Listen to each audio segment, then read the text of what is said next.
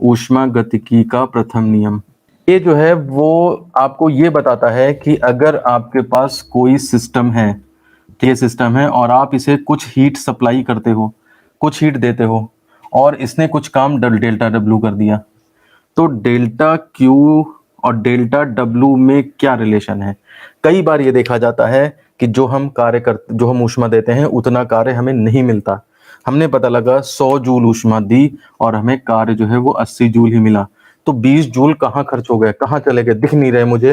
तो वो दिखते क्यों नहीं है? क्योंकि वो आंतरिक ऊर्जा में चले जाते हैं, जो अभी हमने पुराना आर्टिकल पढ़ा। इसीलिए मुझे वो आंतरिक ऊर्जा अलग से पढ़ानी पड़ी आपको। तो वो हिडन फॉर्म में चले जाते हैं।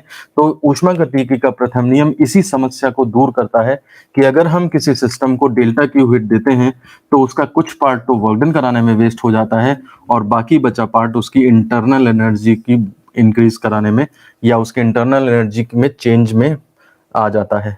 तो कहने का मतलब है 100 जूल अगर हमने दिया, 80 जूल वर्क, तो डेल्टा यू जो है वो आपका 20 जूल हो जाएगा।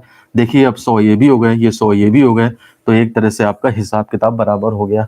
तो इस लॉ की हेल्प से जो है एक्चुअली सारा हिसाब किताब एनर्जी का बराबर हो जाता है। इसका मतलब अगर कोई हमसे कहे कि ये जो है वो किस फंडामेंटल लॉ पे बेस्ड है, तो ये आपका ऊर्जा संरक्षण के नियम पर बेस्ड है, ठीक है ना। ऊर्जा संरक्षण के नियम पर आधारित है। 1 नंबर में ये क्वेश्चन पूछा जाता है और सिंपल सा है, आपने जो दिया वही मिल गया आपको। तो जो छुपा हुआ था वो आपने बता दिया कि हाँ भाई ये तो इंटरनल एनर्जी में इंक्रीमेंट हो जाता है। तो इसलिए आप इसी को लाइन को स्टेटमेंट में लिख दें, ठीक है ना। ये आपका स्टेटमेंट हो जाएगा, ये मैथमेटिकल स्टेटमेंट हो गया। इसको डिफरेंशियल फॉर्म में लिख सकते हैं, D Q is equal to D U plus D W, ऐसे भी करके एक लिख देना, क्योंकि ये बहुत छोटा है, इतना इंपॉर्टेंट है लेकिन है छोटा। तो इसलिए लैंग्वेज वाइज और इस तरह लिख करके और फिर ये लाइन चारों ही चीजें बता दो आप, तब जाकर के मतलब 2 नंबर में ऊष्मागतिकी का प्रथम नियम आपका कंप्लीट हो जाएगा।